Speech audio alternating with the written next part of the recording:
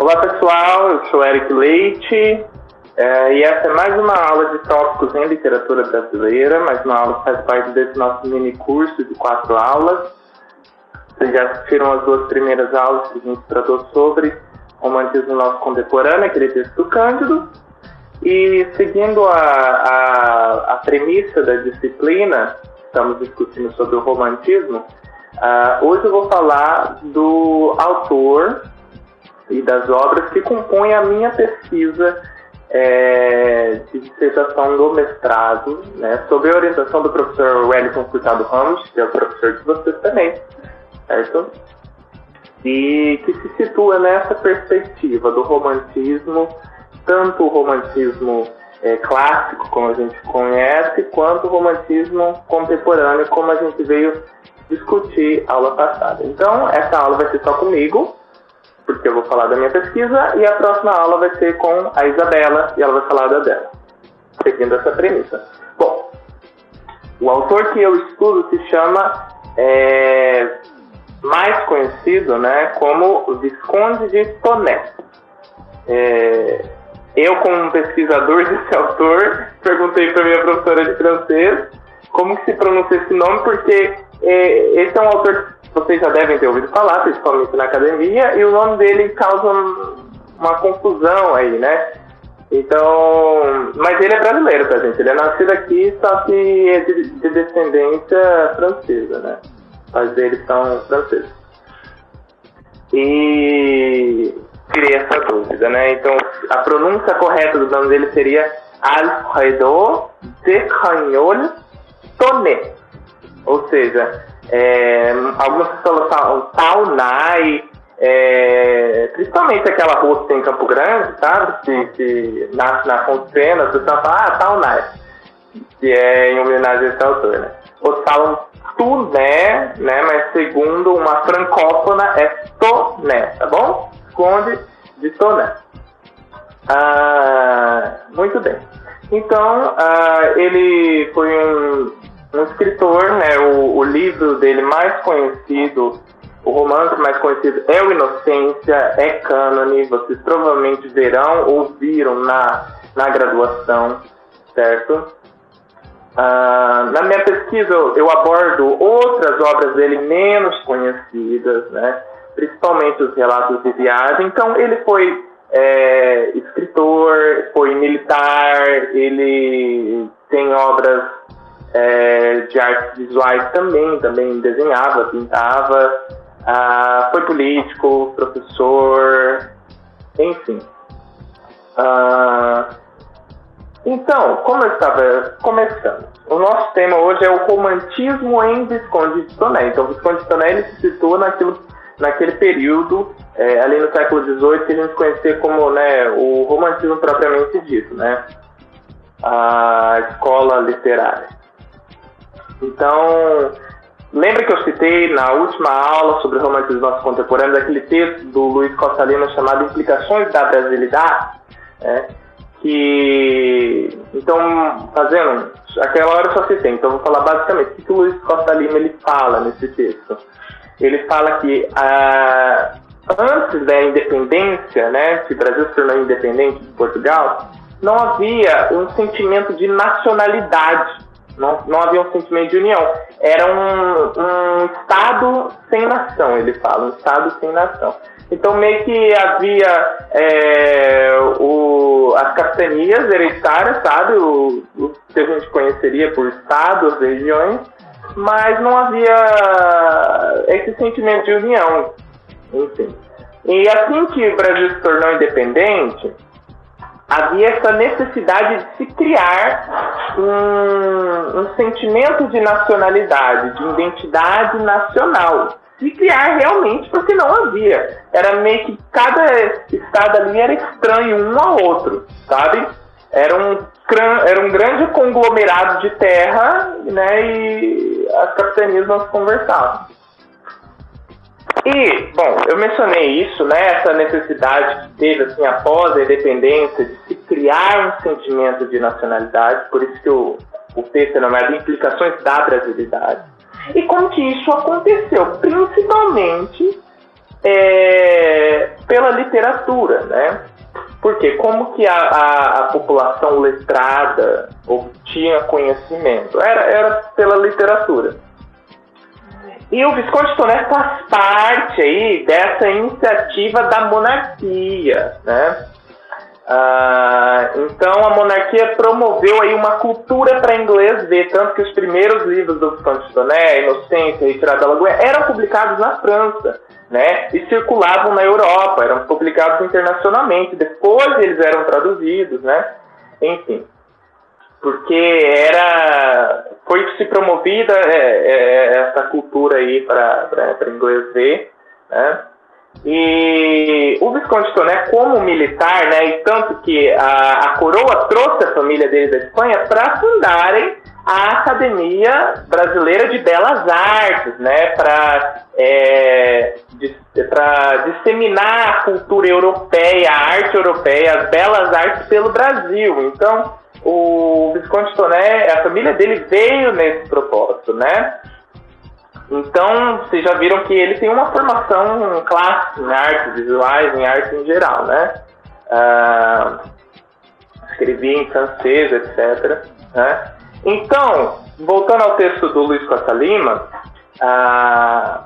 havia, assim, pós-independência, essa necessidade de se estabelecer esse sentimento nacional, né? Então, era era uma prerrogativa que não era um autor quem não falasse da natureza, né? Você era era completamente excluído. Não, se você é brasileiro, um autor brasileiro, você tem que falar sobre a natureza. Por quê? Até ontem éramos Portugal, hoje somos Brasil. Tá, o que é ser Brasil? Né? E você se lembra do romantismo, que vocês já estudaram, que é esse retorno à natureza, retorno ao pictórico. O que é mais brasileiro do que a própria natureza? Enfim. Então, você só era um autor se você escrevesse, falasse sobre a natureza. E o Visconde Toné entra nessa prerrogativa. Ele declara nesse livro Memórias, né, que é uma autobiografia dele, lá no finalzinho ele fala, né, sempre fui profundo admirador da monarquia, né, que o senhor Dom Pedro II fundara no Brasil. Então, como militar, a coroa fazia questão que letrados como Toné fizessem parte das campanhas militares, né, para que eles pudessem gerar conteúdo sobre as regiões desconhecidas do Brasil, né? Então, por exemplo, o Visconde Toné fez parte da campanha do Mato Grosso, né? Ele, carioca, militar, né? Estava tendo a guerra da Tríplice Aliança, né? Contra o Paraguai, e ele foi enviado para fazer parte da campanha do Mato Grosso, que era a tropa que ia compor lá a Guerra do Paraguai, que iria lutar ali, certo? E por que sempre tem um letrado, um artista no meio da campanha? Porque lembra, a propaganda para inglês ver, né, a cultura para inglês ver. Então esses artistas, eles iriam, por exemplo, o irmão do Visconde Toné, ele pintava. Então nas campanhas militares ele registrava, fazia pintura das cenas naturais. O Visconde Toné principalmente escrevia, então ele fazia muita anotação, etc. Então tinha ele sempre colocava esses artistas para que eles pudessem produzir conteúdo sobre esses lugares mais distantes da metrópole. Por quê? Por que o nosso estado chama Mato Grosso, né? O JJ Rodrigues, em Isso é Mato Grosso do Sul, ele fala que nessa época, né, porque a colonização começou de cima para baixo, né? Começou lá de Salvador e aí foi descendo. Então o Mato Grosso aqui demorou mais tempo para se alcançar aí a colonização, etc. Então o Jair Rodrigues, ele fala, o Rodrigues, ele fala que as pessoas falavam, olha, o que tem lá? Tem mato, muito mato, Mato Grosso. Por isso que a gente recebe esse nome, eu não estou brincando.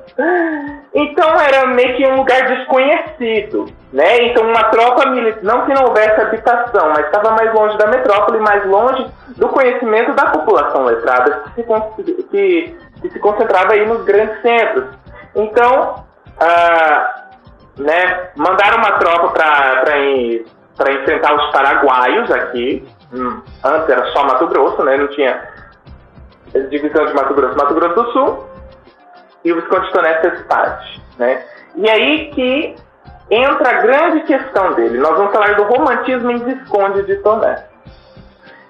E o Sefrin, ele escreveu o prefácio dessa edição que eu tenho aqui de Inocência, né? O nome dele é André Sefrin. Ele fala bem assim: Toné de Inocência antecipou um realismo moderado e uma economia verbal que não afinava com o tempo. Dinamismo narrativo que nem o tom demasiadamente técnico do primeiro capítulo. Antônio Cândido percebeu ali qualidades e movimentos que prenunciam os sertões de Euclides da Cunha. Nem a abundância algo monótonas de notas de rodapé de paz e intenção, subjacente de mostrar para a cidade fisionomia do sertão, consegue prejudicar. Então, o que ele falou ali, né, citando o Cândido? Que o Toné, ele prenuncia aí um realismo, e não só isso, prenuncia os sertões do Euclides da Cunha, né? Não sei se vocês já leram os sertões, mas aquela primeira parte, né, que os sertões se dividem em 3 partes, né, a terra, o povo, a luta. Na parte da terra, lembra como era? Não sei se você leu, mas se você leu, você vai perceber que é muito técnico a descrição da natureza, a descrição do local, né? Então, quando ele fala que Toné, ele prenuncia os sertões, ele está falando disso. Por quê? O Toné, ele estava nos sertões sul-mato-grossenses, literalmente. Ainda não havia essa divisão, mas era aqui no Mato Grosso do Sul. Então, as descrições dele da natureza, lembra? Né? Não era autor quem não falasse da natureza. Então, os românticos, todos tinham essa prerrogativa. Mas as descrições da natureza dele, por isso que você fala que prenuncia o realismo, porque não eram muito idealizadas, não completamente, tá? Já vou ler o pós ali. Porque ele esteve nos sertões, ele teve uma vivência empírica, não é que nem o José de Alencar que conhecia os indígenas, né, de dentro do seu gabinete, né? Sempre falam isso, tanto que, né, os personagens do José de Alencar não tem nada de indígena, né? Mas diferente, o Toné, ele esteve ali nos sertões, e não só isso. O Zé Couto Vieira Pontes, nesse livro A História da Literatura Sul-Mato-Grossense, ele fala bem assim: o primoroso romance Inocência desenrola-se em nosso território. Seus personagens são bem mato-grossenses do Sul. A paisagem, as fazendas, os rios, o ermo sertão de Camapuã e Santana de Paraíba constituem telas representativas de nosso passado. Participando assim da campanha de Mato Grosso durante a Guerra da Tríplice Aliança, Alfredo de Caragnoli Toné conheceu a região sul-mato-grossense, sua paisagem, seus pequenos povoados, seus indígenas, reunindo dados e impressões para a elaboração de muitas de suas obras.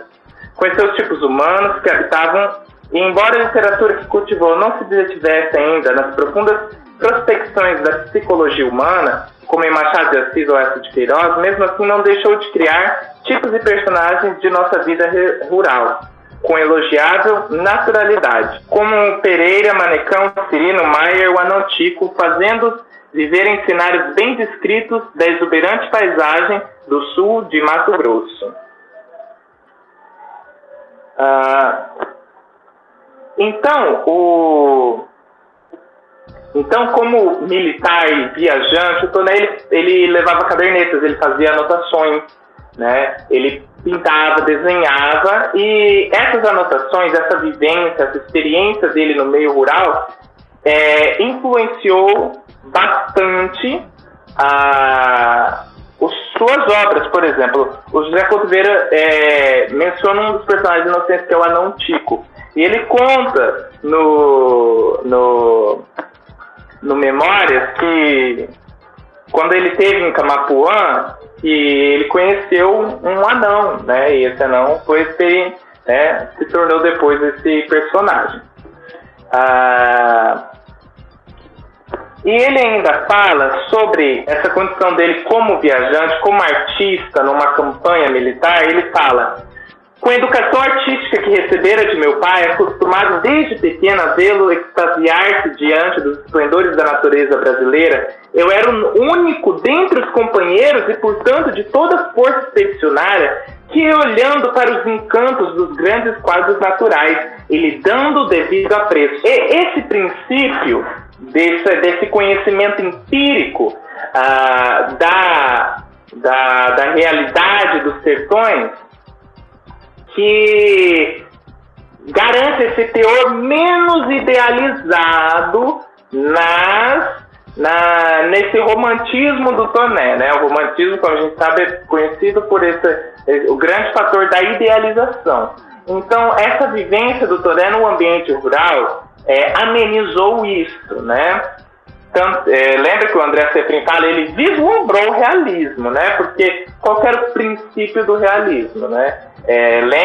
Mencionei isso na aula passada, o Luiz Costa Lima fala que a única diferença do realismo para o romantismo é o teor de idealização, que é menor, né? Então o Toné, ele começou isso no romantismo, essa idealização aí matizada. Mas podemos considerar ele um precursor do realismo. O Bose, no livro dele, História Concisa da Literatura Brasileira, diz que não. A gênese do Êxodo estará talvez na forma de arte cara ao romantismo. O realismo mitigado seria o realismo assim, em menor escala, né? Então, né, idealiza, mas parcialmente, porque seu interesse real é de ordem pictórica, a cor da paisagem, os costumes, o modismo que ele observa e fure como típico.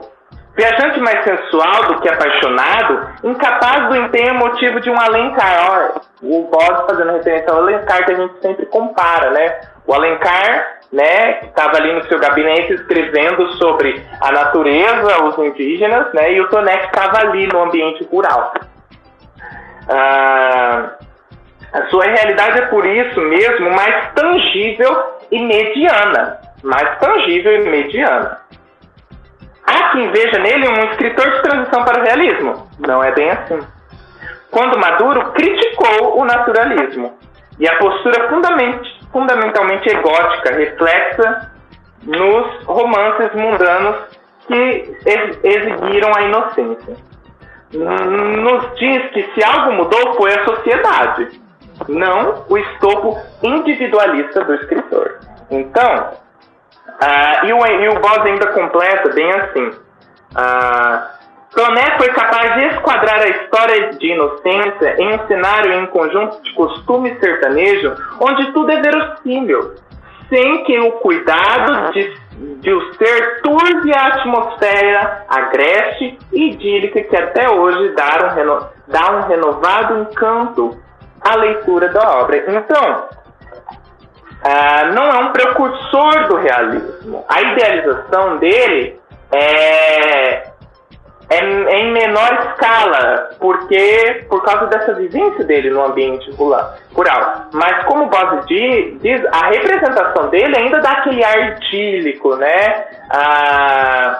A natureza, certo? Então há sim uma carga de idealização, né? Então ele diz, a sociedade mudou, mas o escopo individualista não. Então o individualismo, que é marca do romantismo, está ali no Toné. Então o individualismo, o nacionalismo, o culto à natureza, né? Esse escapismo espacial, né? Esse retorno à natureza compõe esse escapismo, escapa do circunstancial, né? Na sua obra.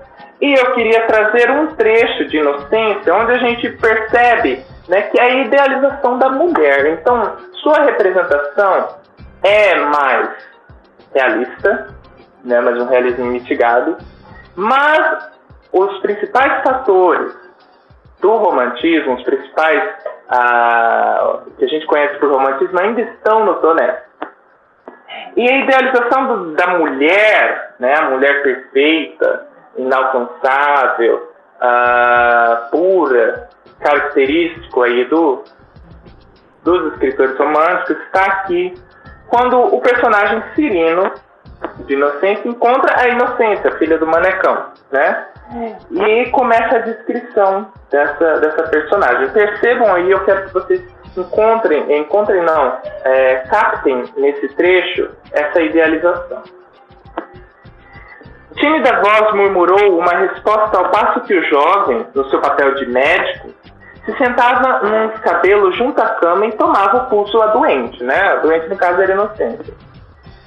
Caía então a luz de chapa sobre ela, iluminando-lhe o rosto, a parte do colo e da cabeça, coberta por um lenço vermelho atado por detrás da nuca. Apesar de bastante descurada e um tanto magra, era Inocência de beleza deslumbrante. Do seu rosto irradiava singela expressão de encantadora ingenuidade, realçada pela meiguice do olhar sereno, que, a custo, parecia coar por entre os cílios sedosos, a franjar-lhe as pálpebras e compridos a ponto de projetarem sombras nas mimosas faces. Era um nariz fino, um bocadinho arqueado, a boca pequena e o queixo admiravelmente torneado. Ao erguer a cabeça para tirar o braço sob o lençol, descera a camisinha de circo que vestia, deixando ver um colo de fascinadora albura, em que ressaltava um ou outro sinal de nascença. Então vocês perceberam nisso a dama perfeita, idealizada, né? O nariz, a boca, a pele alva, né? Tudo isso compõe essa idealização. Então no quesito cenário, há muita propriedade empírica no que o Toné escreve, né? Tanto que o primeiro capítulo de Inocência é só a descrição da natureza, né? Tanto que compunha uma outra obra e ele colocou depois em Inocência. Mas ainda há esse teor de idealização na obra dele, certo? Bom, espero que vocês tenham compreendido como que conforma o romantismo no Visconde de Toné. E para encerrar, eu queria deixar um trecho de memórias, um trecho que eu gosto muito, um trecho que me é muito caro, que ele fala do ato de escrever, certo? Eu não sei se você já ouviu aquela música do Caetano Veloso, Força Estranha, tá? Se você já ouviu, ele fala que uma força estranha leva ele a cantar, né? E aqui o Toné fala algo parecido, de levar a escrever. Então eu gostaria de fechar com esse trecho, né? Que diz bem assim: não há dúvida, entretanto, e sempre sustentei essa tese, que o sentimento da propriedade literária não é capaz de provocar obras-primas e que um escritor que as produz é impulsionado por íntima e misteriosa força, que não vê na expansão do estro senão indeclinável necessidade, a que irresistivelmente obedece. Então, que ele está falando basicamente aí, que não é toda a técnica e a mais admirável técnica que cria literatura, mas é essa força misteriosa. E o autor, ele segue essa força que leva ele a escrever, né? E como ele fala, indeclinável necessidade que irresistivelmente obedece. Então, ele só obedece, né? Ele nesse capítulo, ele está reclamando, né, que no Brasil não havia incentivo para escrever, reconhecimento dos escritores, mas ele fala que uma força fazia ele escrever e ele só obedecia. Então é com esse trecho lindo que eu gostaria de encerrar essa aula. Espero que vocês tenham entendido e gostado. E próxima aula com a Isabela, mas se você está matriculado em Teoria da Literatura 2, a gente se vê. Tá bom? Até mais!